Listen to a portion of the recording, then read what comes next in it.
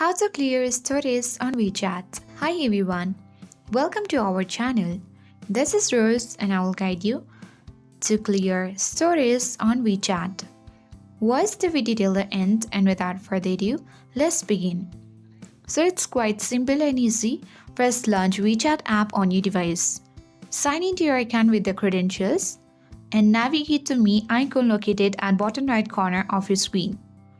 From this menu, select Settings. Now tap General option.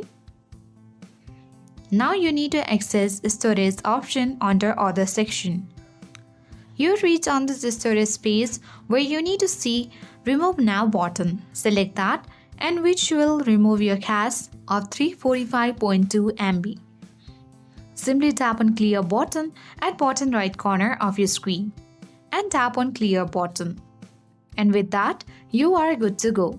You will successfully clear storage on WeChat. I hope this guide was helpful. If it was, then do like, share, comment, and don't forget to subscribe.